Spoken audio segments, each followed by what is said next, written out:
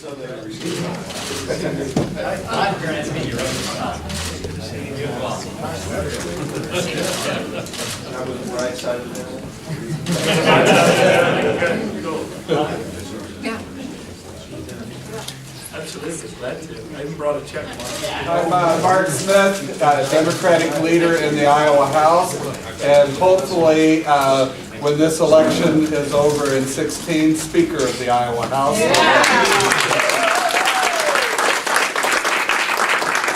clearly want to move that to stop being a body of lawbreakers and make it into a body of lawmakers. I wanted to start with a quote from President Carter that I think really sums up the kinds of things that we are up against here.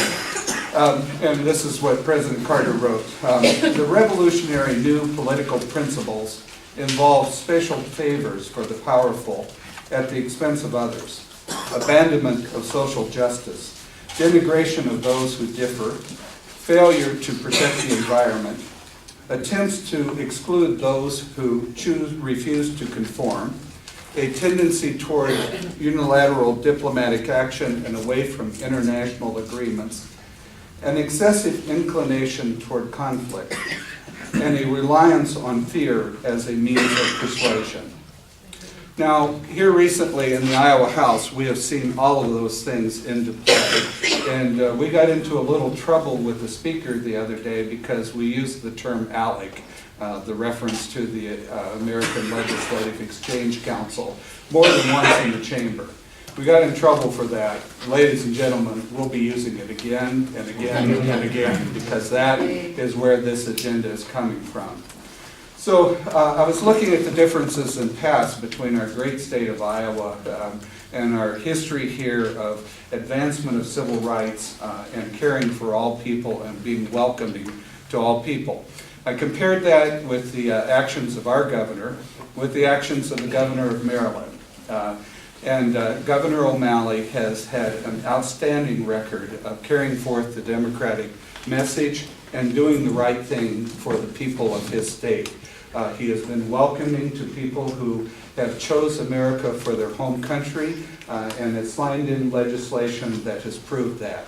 He's been welcoming, and he is one of the people that recognizes that one of the differences that does not matter among us is our sexual orientation, and that should not be a factor in who people choose to love and who people choose to marry. Some of his decisions then were taken to the people of Maryland, and the people of Maryland showed their compassion, their concern for these issues, and stood with their governor. He also did something that a few of us in this room have had the great honor of doing, and that's he survived very well the election of 2010. So with that, please welcome Governor O'Malley. And sorry, I have a little gift for you. I usually make something in my woodworking shop, but I haven't had time. So I represent the Iowa Veterans Home, so I grabbed one of the hats from the Iowa Veterans Home. Governor O'Malley's father was a pilot in World War II and saw the bombing, or saw the mushroom cloud from the first atomic bomb.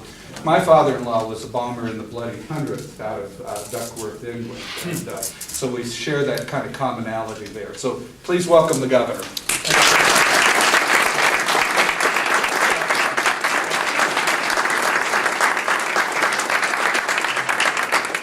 Mark, thanks very, very much. Thanks for your leadership. Thanks for your friendship.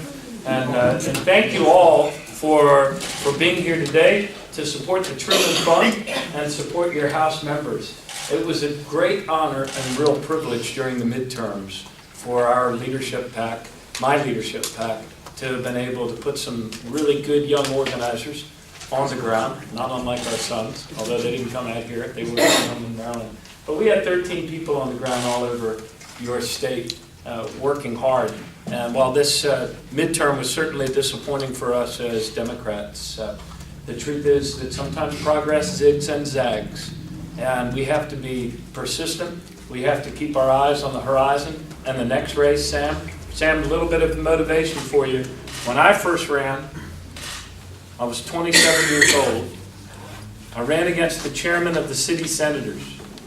No one told me I wasn't supposed to do that in my first race. My girlfriend at the time, who was now my wife, said to me, "This guy's going to beat you like a drum." I knocked on about 7,000 doors, to 1,000 or more of them twice. Always leave handwritten notes with people's names on them, because in every human being there is a yearning to be recognized. So that's my advice to you, Sam. Now consider this with a grain of salt. I lost that race by 22 votes.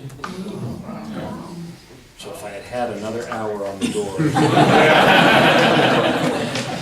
don't let that haunt you. Don't let that haunt you. It took me a little while to get off the couch after that. But we have exciting races coming up, and the great thing about us as a people and as Americans is we wake up every morning looking towards the future.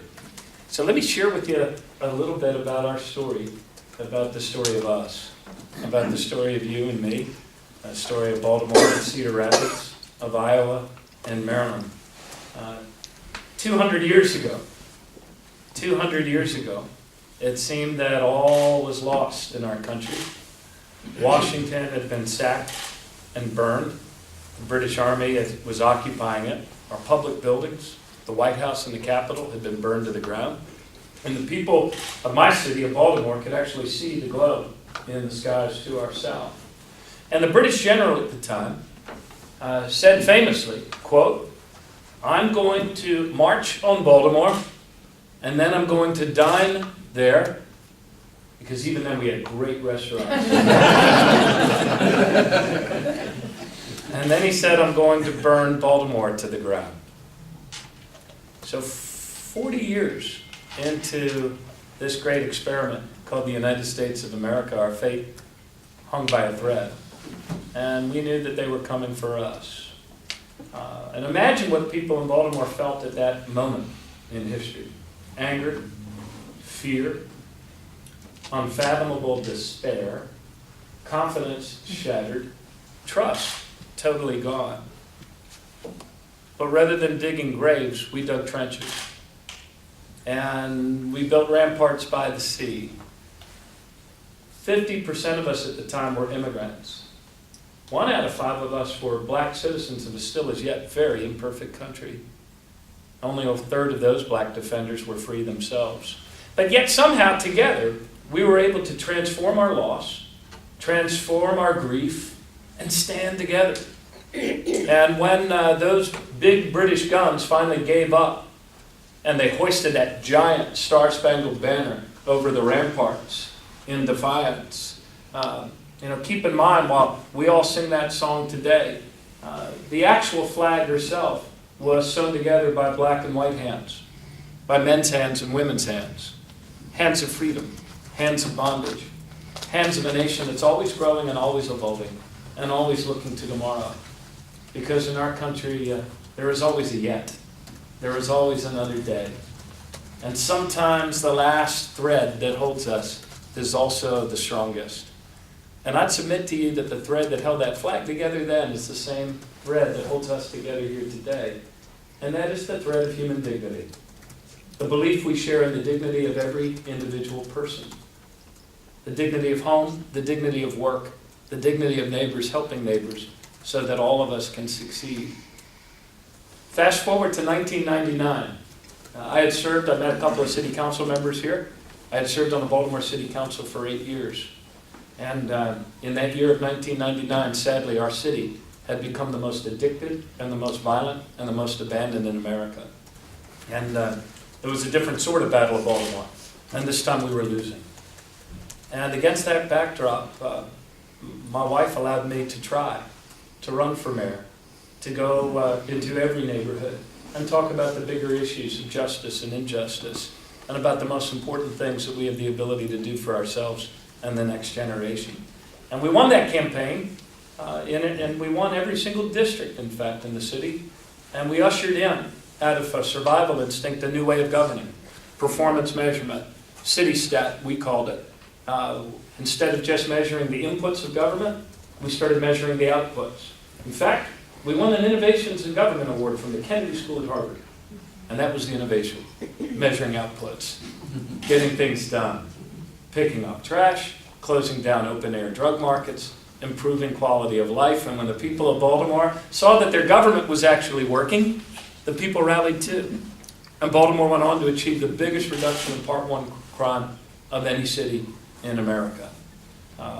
We fought to defend that dream, and the dream continues to live on.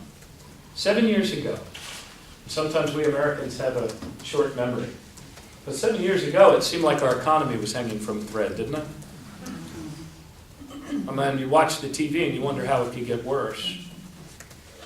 Reckless gambling with our money, with our economy, on Wall Street by very few, wiped out the jobs of millions, wiped out the homes of millions. And we're still struggling to recover from it, but we did not give up.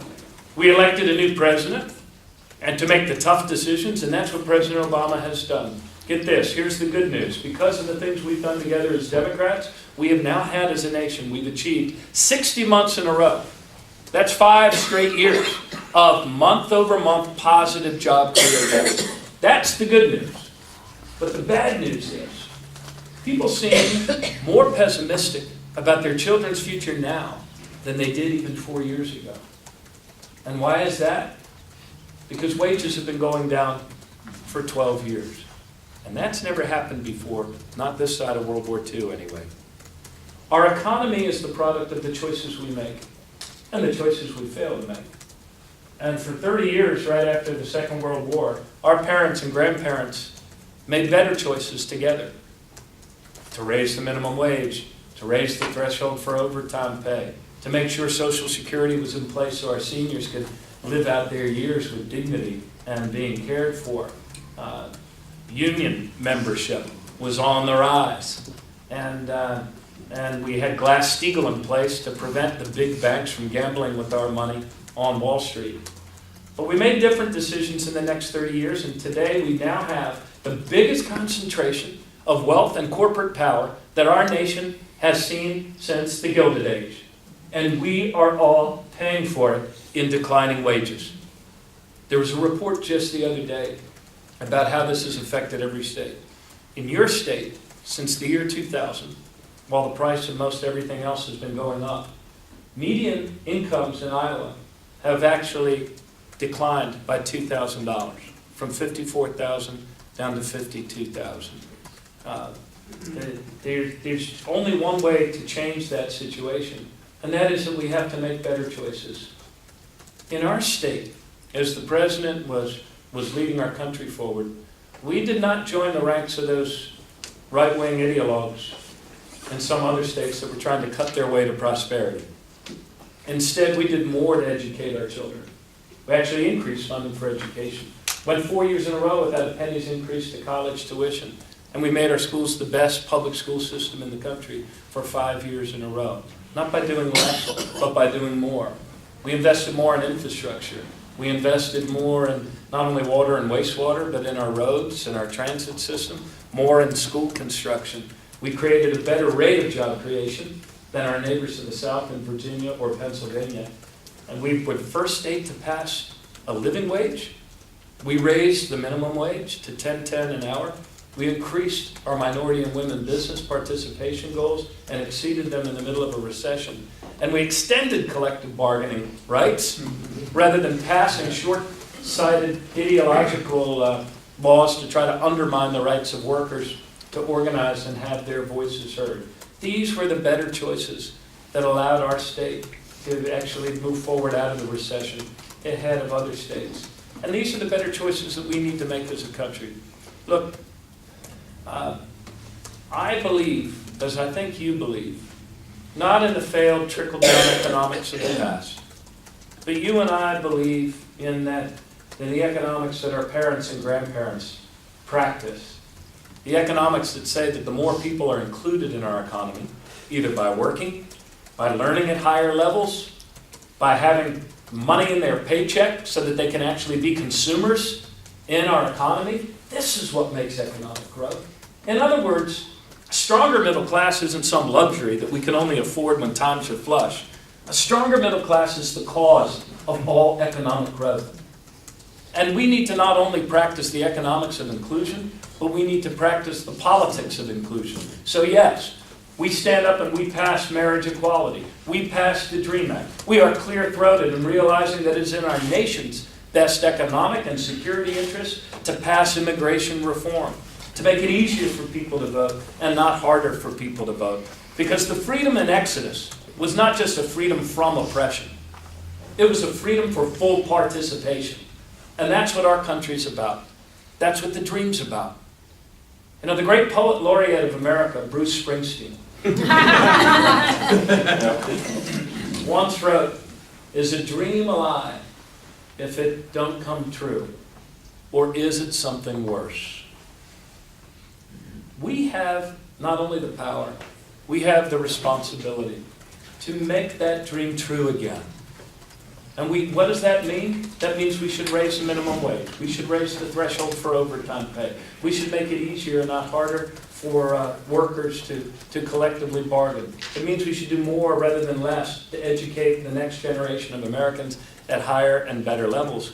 It means we should expand Social Security. It means we should invest in our country so our country can give back more to us and to our children and to our grandchildren. And yes, it means we should stand up to powerful, wealthy, special interests who nearly wrecked our country in the Great Recession and who will wreck it again if we don't put in place the rules, the regulations, and the enforcement that will keep other people from gambling with our children's future, with our nation's economy, and with our money.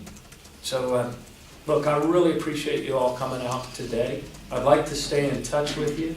And I thank you so much for what you're doing to support these quality members in your House of Representatives in Iowa. Thanks a lot.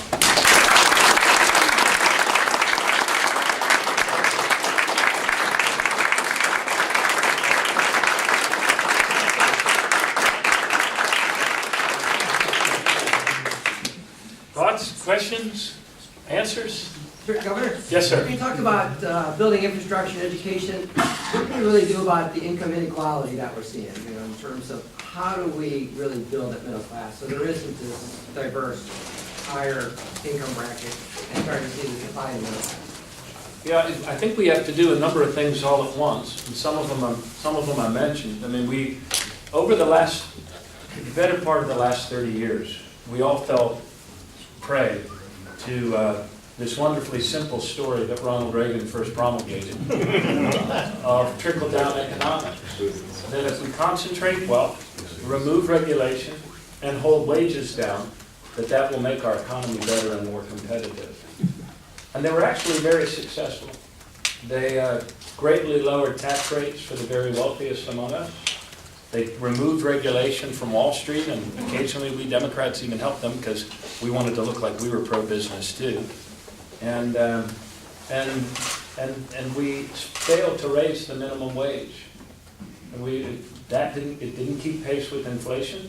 And we also started to allow states to undermine the power that unions used to have and used to exert in order to keep wages, have them keep pace not only with inflation but also with productivity. So there was a decoupling that happened. There used to be a compact that if you worked harder, you could get further ahead. And that compact has all been eroded over these last 30 years. So, I mean,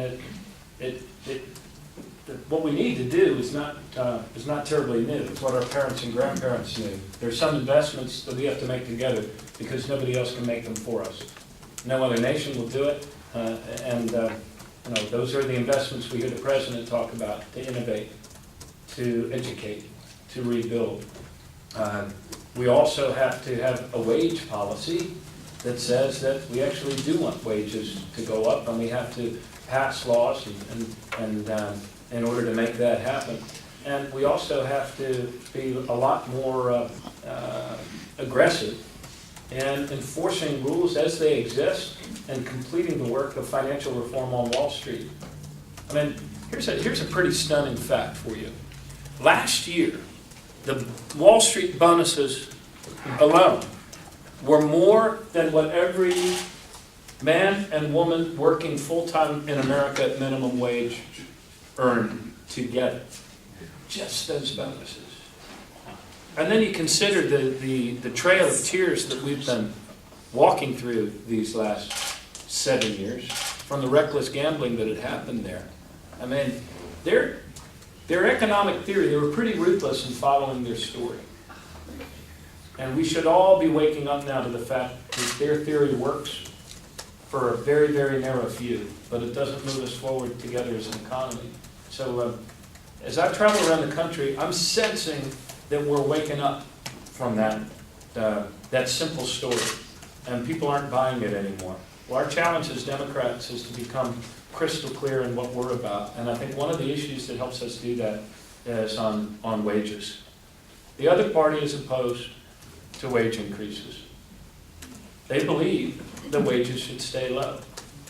We believe that wages should actually keep pace with inflation, that if a family works hard and plays by the rules, they should be able to support their kids at above a poverty level.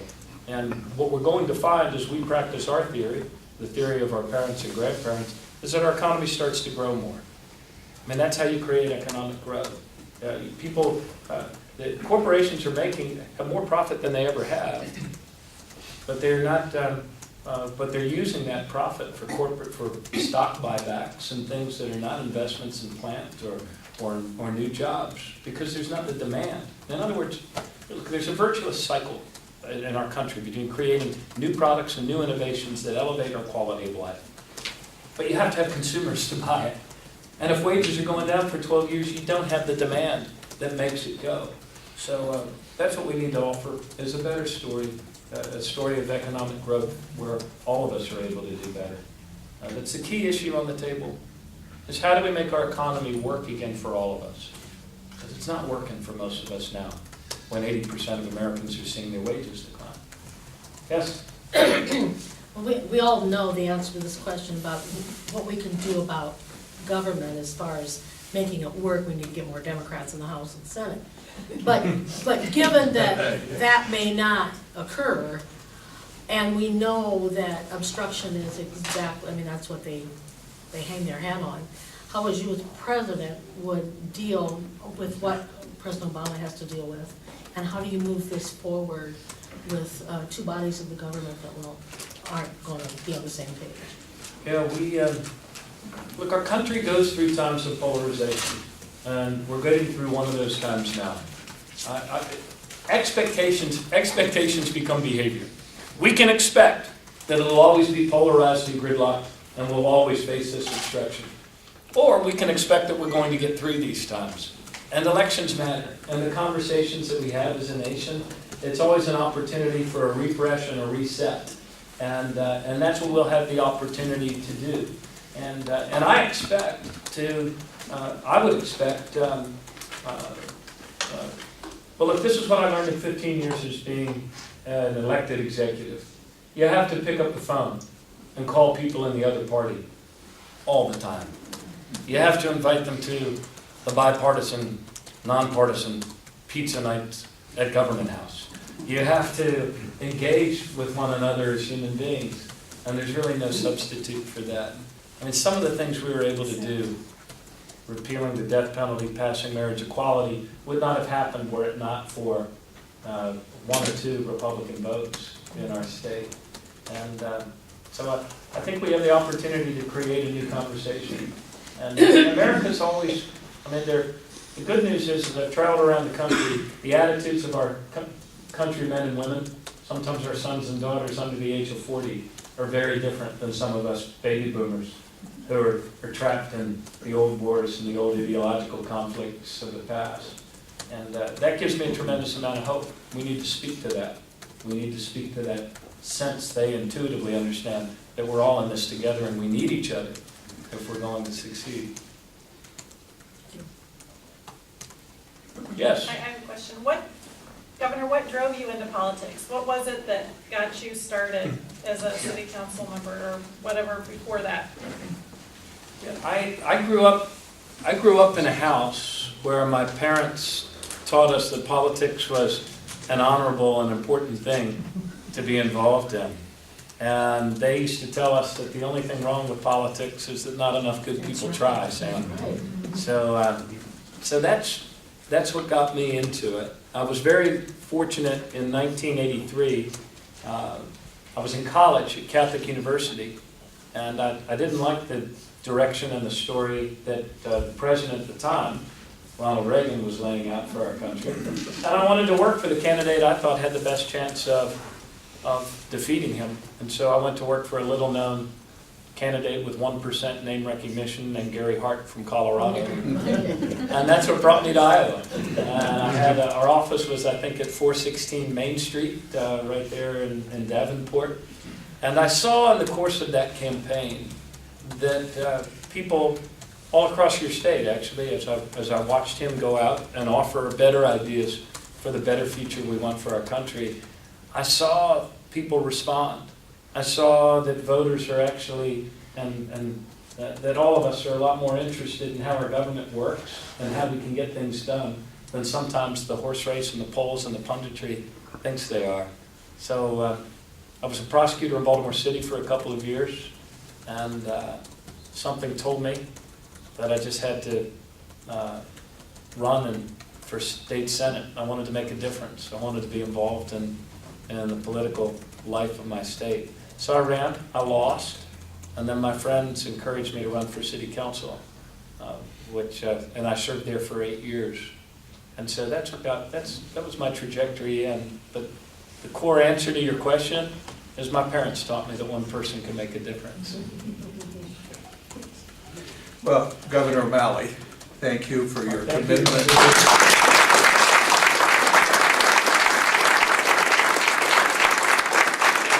You're a person who has a great commitment to the people of Maryland, the people of Iowa, and we do thank you for all your help in the 2014 elections, commitment to the people of the United States and the people of the world. Thank you for your willingness to be in public service. And thank you, Mom. Thanks a lot.